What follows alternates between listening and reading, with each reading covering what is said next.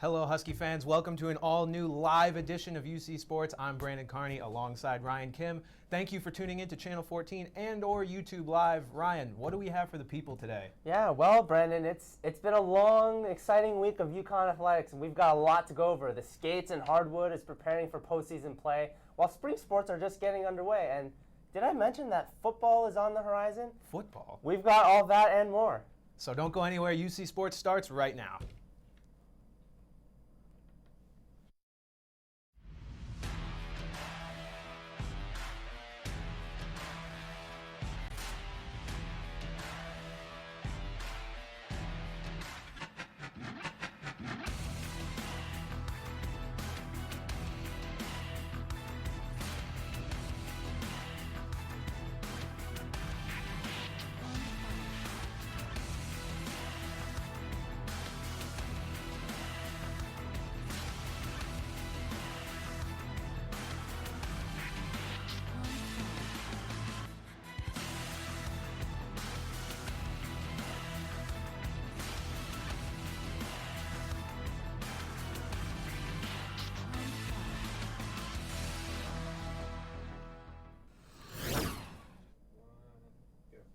UConn is officially a hockey school.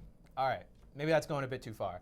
Men's basketball's in a rut, but the women's team is still in a class of their own. However, as of right now, hockey is taking center stage here in Stores. In their last 7 games, the women's hockey team is 5-1-1. The men's team, 7-0, including wins over multiple ranked opponents. Their latest victim, number 20 Boston University at the XL Center in Hartford. Ryan Panny on senior day with the Hockey East playoffs looming and the longest winning streak in program history on the line, the UConn men's hockey team came from behind and slashed the number 20 Boston University Terriers 5-4 in overtime. The senior day nerves might have hit the Huskies early as they fell behind 3-1 going into the third period, with BU matching every goal with one of their own. But this didn't scare Coach Kavanaugh, as this group of seniors has proven to be resilient. The greatest legacy I think you can leave a program, or this program, is when they came in, we were just hoping to compete in games. And now this program expects to win games against Boston University. The Huskies, led by Spencer Noss's 2 goals, as well as late goals from Kasperi Oyentekinen and Alexander Poyasev, set up Maxim Latuna for the game winner in overtime. That makes it 7 straight wins for the Huskies and their 4th win against a ranked opponent this season. Senior alternate captain Spencer Noss was emotional after the epic win, but knows there's more to come. Everyone wanted to see this thing through. Everyone wanted to keep working, and I'm so proud of this group. I'm going to miss them, but I don't think our story's over yet. I still think we got some more to us. The Huskies, led by their seniors, will look to keep the momentum going into their final game of the season against UMass on Thursday at the XL Center before heading into Hockey East tournament play. From the XL Center, I'm Ryan Panny, UCTV Sports. Now, the men can finish anywhere from 4th to 7th in the Hockey East standings, depending on what other teams do the rest of the way. If they're 4th or 5th, they would secure a bye in the first round of the Hockey East tournament. If they're 6th or 7th, they'll host a 3-game series at home in the first round. Unfortunately, UConn doesn't fully control their own destiny, and the outcomes of BU and Maine's next 2 games will all impact where UConn ends up finishing. The Huskies will look to take down UMass this Thursday to try and get the last 2 points that could be crucial to landing a bye. The postseason won't just be a boys' club this year. As of January 25th, UConn women's hockey was just 7-11-8. As of Friday, they clinched the playoff spot with a win over Merrimack. They went on to defeat Merrimack again Saturday on their senior day, with senior Leah Lum breaking the century mark for career goals. The Huskies closed out their regular season with a record of 13-12-9. They will be at Providence on Friday at 7 p.m. in their first game of the Hockey East quarterfinals. And UConn Football released a full schedule for the 2018 season last week, and while we knew who they would be playing next season, we didn't quite know when. Now, we know the Huskies will be opening their season with the home game against national champion UCF before traveling to Boise State the following weekend for a tough matchup with the Broncos on their blue turf. That's a brutal stretch to open the season, so it'll be a trial by fire for this young UConn team. Now, Brandon, what are your first impressions on this upcoming schedule? It's tough. I don't know why they did that. It's a really tough way to open the season, facing 2 teams who finished ranked at the end of 2017. We assumed David Pindell will be the starting quarterback, and he showed some solid potential at the end of the year, but this is a tough stretch for any quarterback, let alone one that didn't start for half of a season. And that's before we even mentioned that Randy Edsall lost about half of his starting defense, including guys like Luke Carazola, Junior Joseph, Vontae Diggs. I don't really know why they decided to start it so tough. Yeah, it's really interesting because I think it'll certainly be a challenging start to the year with, self-proclaimed national champion UCF, and then immediately after that, Boise State, before the game that you would have thought would be the opener in URI. But, the defensive unit, they'll be relatively unknown. The offense, they lose some key players, all while, the likes of UCF, they're pretty much maintaining their roster. So at the same time, if UConn's able to pull a couple early season upsets, I think they'll be back on the AAC map, but only time will tell because Edsel, he has a whole offseason ahead of him to prepare for these upcoming matches to start the season. For sure. They played Holy Cross in their first game last year. Now they take UCF. Right, that's a big difference. jump. I don't know why. Yeah. But while football may be on the horizon, it's time to hit the diamond because baseball season is back. We'll tell you about it when we return.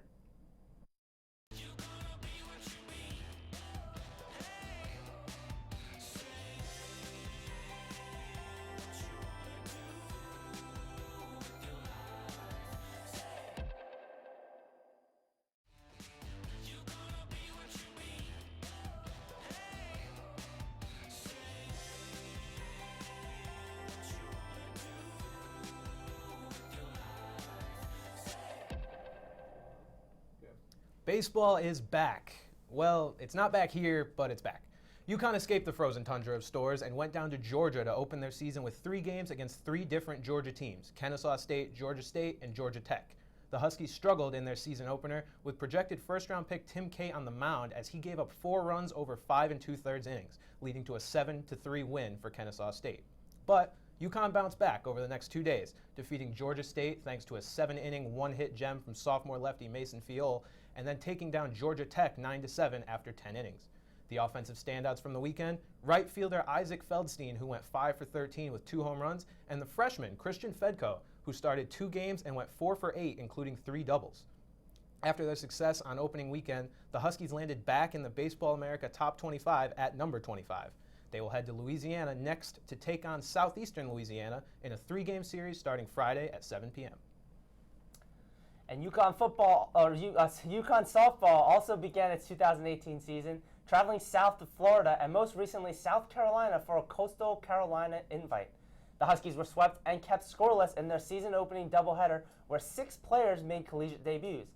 They come back for 3 straight wins to close out on their opening road trip. Despite strong starting pitching led by freshman Marybeth Olson with a 0.40 ERA and sophomore Katie Cautious with a 13 strikeout performance and a 6-0 loss to Coastal Carolina, the Huskies were on the wrong end of 4 shutouts. Offensively, outfielder Ashley Dahman leads early with 5 of the 17 RBIs this season with 1 double. The team sits at 5-4 in the early going and will continue play in the Sunshine State with a 5-game set starting Friday at 12:15 p.m.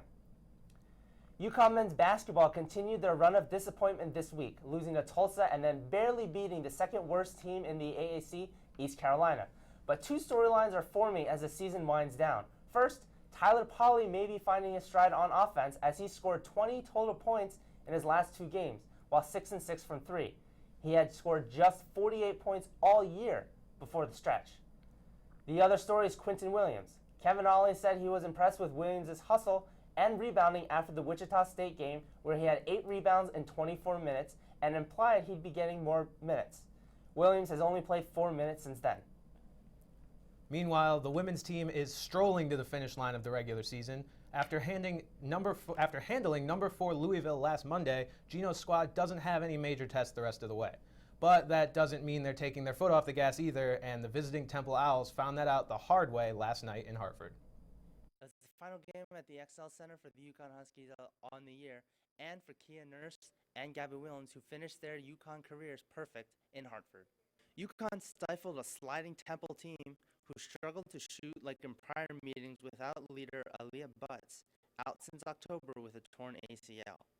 For the Huskies, it was another all-around performance with Katie Lou Samuelson, the go-to scorer. It was another blowout in the making. This is one of the few times where we really played well as a unit, that second group. It's good because, kids come to practice every day, they work really hard, and you want them to have some confidence. 6 Huskies finished in double figures, carried heavily by the bench, outscoring the Owls 39-8. But the surprise was Batuli Kamara, who had 8 points and 3 rebounds in just 11 minutes of play. UConn would win handedly 106-45. Where we're at right now is probably where we're going to be. So all we can do right now is just kind of get smarter, get more consistent, and get some more people off the bench contributing and just build more faith and confidence in more people. The Huskies will finish their road schedule this weekend before returning back to Stores for next Monday's Senior Day. From the XL Center for UCTV Sports, I'm Ryan Kim. Kemba Walker and Andre Drummond are teammates, at least for a weekend. Two of our most prominent professional sport-playing Huskies, Walker and Drummond, were teammates on Team LeBron for the 67th annual NBA All-Star Game. Drummond finished with 14 points on a perfect 7 for 7 from the floor, while Walker added 11 points to Team LeBron's 148-145 win. Drummond also competed in the Taco Bell Skills Challenge on Saturday night, although he got bounced in the first round by the Bulls' Lauri Markkanen. Though he did sink a 3 on his first try, something he's only done 5 times in his career in game situations. And for only the second time in school history, UConn will be represented in the Winter Olympics. Former UConn track star Felicia George will compete in bobsledding for Team Canada in Pyeongchang 2018. Partnered with two-time Olympic champion Callie Humphreys, she's favored by many outlets to claim the gold medal. George made her Olympic debut in London in 2014 for Team Canada at the 100-meter hurdles, where she posted a personal best. The first 2 of 4 runs is scheduled for Tuesday morning at 6:50 a.m. Eastern Time. From all of us Huskies here, good luck.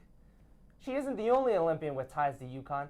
Steve Empt, a former walk-on basketball player, will head to South Korea in preparation for the Paralympic Games, which kicks off March 9th. He will represent the United States in wheelchair curling after an auto accident 23 years ago left him paralyzed waist down.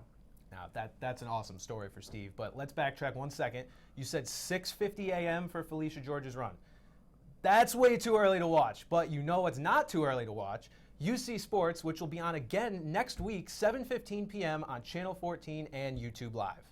You know, something's got to give, though, with a 14-hour time difference in South Korea, so, Yeah, you got to get up early to, watch it, but there will be replays as well, so, Right. Hopefully we'll get to catch that. But in the meantime, be sure to follow us on Twitter at UCTV Sports for all the UConn sports coverage we bring between shows. For Brandon Carney and the crew behind the scenes, I'm Ryan Kim. Thank you for watching, and good night.